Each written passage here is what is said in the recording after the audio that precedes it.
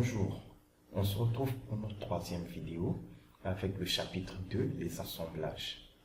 Dans ce chapitre constitué de 5 points, nous parlerons des assemblages et de leur rôle, de leur fonctionnement, des précautions à prendre, des dispositions constructives des boulons, et enfin des sections et lignes de rupture. Premier point, les assemblages et rôles. Qu'est-ce qu'un assemblage? C'est l'action d'assembler, autrement dit, de mettre ensemble, de réunir, de solidariser plusieurs pièces entre elles ou le résultat de toutes ces actions citées. Quel est le rôle des assemblages? Ils ont pour rôle de solidariser les pièces entre elles, mais aussi d'assurer la transmission et la répartition de diverses sollicitations entre pièces sans générer d'autres sollicitations qui sont dites parasites. Deuxième point, fonctionnement. En construction métallique, les assemblages ont généralement 3 modes de fonctionnement. Premièrement, un fonctionnement par obstacle. Dans ce cas, la transmission des efforts s'effectue par cisaillement, autrement dit par opposition de différentes pièces. Deuxièmement, un fonctionnement par adhérence, avec la transmission des efforts s'effectuant par union des surfaces des pièces en contact. Et enfin, troisièmement, un fonctionnement mixte, avec la transmission des efforts qui se fait très souvent par adhérence jusqu'à une certaine limite, puis par obstacle. Principaux modes d'assemblage. Les principaux modes d'assemblage rencontrés en construction métallique sont le soudage, le boulonnage, le collage et pour finir le rivetage. Fonctionnement par rapport au mode d'assemblage. Chaque type de fonctionnement correspond à un mode d'assemblage. Pour un fonctionnement par obstacle, nous avons le boulonnage avec des boulons ordinaires. Pour un fonctionnement par adhérence, nous avons le soudage, le collage et le boulonnage avec des boulons à haute adhérence. Et pour un fonctionnement mixte, nous avons le rivetage et le boulonnage avec des boulons à haute résistance dans une certaine mesure. Troisième point, les précautions constructives. Pourquoi prendre des précautions au niveau des assemblages? Pour la simple raison que les assemblages sont des zones particulièrement fragiles par rapport aux zones courantes. Cause de la fragilité. Plusieurs causes peuvent être à l'origine de cette fragilité, parmi lesquelles nous pouvons citer la réduction des sections due au perçage de l'acier, l'affaiblissement de l'acier dû à la chauffe du soudage, la possibilité de création des sollicitations parasites et la possibilité de création des sollicitations inversées au niveau des assemblages. Précautions de recouvrement.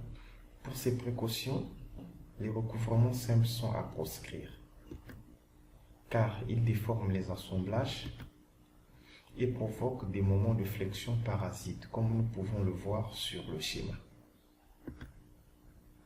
Et les recouvrements symétriques à double couvre-joint, comme nous pouvons le voir sur le schéma, sont à encourager, car ils ne provoquent pas des moments de flexion parasite et ne déforment pas l'assemblage. Quatrième point, les précautions constructives des boulons. La réglementation. Les dispositions constructives des boulons sont réglementées par le chapitre 6.5 de l'Eurocode 3, qui fixe les distances maximales et minimales entre axes des boulons, les distances entre axes des boulons et les bordures des pièces, mais aussi les longueurs des assemblages. Rôle des distances. Ils ont pour rôle de faciliter le travail et d'assurer dans une certaine mesure la sécurité du dispositif d'assemblage. Pour les distances minimales, il permet de faciliter la mise en place des boulons, le passage des clés et d'éviter le déchirement des tôles à la manière des timbres de la poste. Pour les distances maximales, ils permettent d'éviter de trop longs assemblages qui peuvent provoquer une augmentation considérable du poids et influencer la structure. Et garantit une longueur suffisante pour conserver un bon contact entre les pièces assemblées, ce qui augmente les frottements entre pièces. Les distances d'espacement avec le système de fixation normal. Pour les distances horizontales, nous avons les distances entre axes des boulons notées P1, qui sont supérieures ou égales à 2,2 fois D0, et les distances entre axes des boulons et les bordures des plaques, notées E1, qui sont supérieures ou égales à 1,2 fois D0. Et pour les distances verticales, nous avons les distances entre axes de boulons, notées P2, qui sont supérieures ou égales à 3 fois D0, et ceux entre axes des boulons et les bordures des plaques, notées E2, qui sont supérieures ou égales à 1,5 fois D0. La fixation en quinconce pour les éléments comprimés.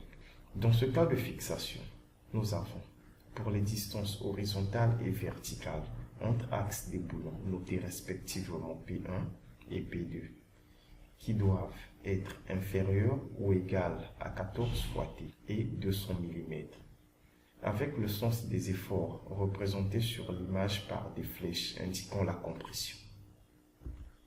La fixation en quinconce pour les éléments tendus. Dans ce cas de fixation, nous avons les distances horizontales entre axes des boulons sur la file extérieure notée P1.0, qui doivent être inférieures ou égales à 14 fois T et 200 mm, et ce pour les fils intérieurs notés P1.1 qui doivent être inférieurs ou égales à 28 fois T et 400 mm, comme toujours avec le sens des efforts représentés sur l'image par les flèches indiquant la traction. Fixation avec les trois oblongs. Pour les trois oblongs, nous avons les distances horizontales entre les boulons et les bordures des plaques, notée E3, qui est supérieure ou égale à 1,5 fois D0, avec une longueur d'espacement de 0,5 fois D0. Pour les distances verticales entre axes des boulons et les bordures des plaques, notée E4, qui est supérieure ou égale à 1,4 fois D0. Avec D0, le diamètre de perçage des boulons, P1, la distance horizontale entre axes des boulons, P2, la distance verticale entre axes des boulons, E1, la distance horizontale entre axes des boulons et le bord de la pièce. E2, la distance verticale entre l'axe du boulon et le bord de la pièce. Longueur de l'assemblage. La longueur des assemblages sollicités au cisaillement influence la charge de ruine. Les plus grandes déformations se situent aux extrémités des assemblages, ce qui veut dire que les boulons des extrémités sont plus sollicités que ceux situés au centre de l'assemblage. Lorsque la distance entre le premier et le dernier boulon de l'assemblage est inférieure à 15 fois le diamètre du boulon, l'influence de la charge de ruine est négligeable.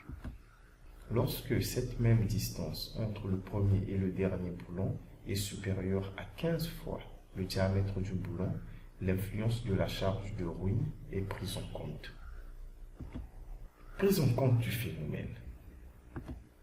L'influence de la charge de ruine est prise en compte en multipliant la résistance ultime théorique par bêta, avec pour formule bêta est égal à 1 moins facteur de L moins 1,5 fois D sur 200 fois D, avec D le diamètre du boulon et L la longueur de l'assemblage, comme nous pouvons le voir sur les schémas. 5e point, section et ligne de rupture. Qu'est-ce qu'une section? Nous ferons le plus simplement possible en disant qu'une section est une surface. En construction métallique, nous observons deux types de sections. La section brute, qui est la section de la pièce donnée par la formule AB est égale à B fois T. Et la section nette, qui est la section qui présente la plus courte ligne de rupture. Elle dépend du nombre de trous qu'elle traverse, de leur disposition et est toujours inférieure à la section brute. Elle est donnée par la formule AN est égal à T, facteur de B moins X fois D0. Avec AB, la section brute, AN, la section nette, B, la hauteur de la pièce, T, l'épaisseur de la pièce, D0, le diamètre des trous, et X, le nombre des trous. Pour ce premier cas, avec une seule ligne de rupture, la section nette a pour formule AN est égal à T, facteur de B, moins 2 fois D0. Et pour ce deuxième cas, nous avons deux lignes de rupture. Pour la première, la section nette a pour formule AN1 est égal à T facteur de B moins 2 fois D0. Parce que la première ligne de rupture traverse deux trous. Et pour la deuxième, la formule est AN2 est égal à T facteur de B moins 3 fois D0. Parce que la deuxième ligne de rupture traverse trois trous. On se retrouve très bientôt pour une nouvelle vidéo. En attendant, abonnez-vous, cliquez sur le pouce en l'air et sur la cloche de notification pour être informé de nos prochaines vidéos et nous encourager dans notre lancée.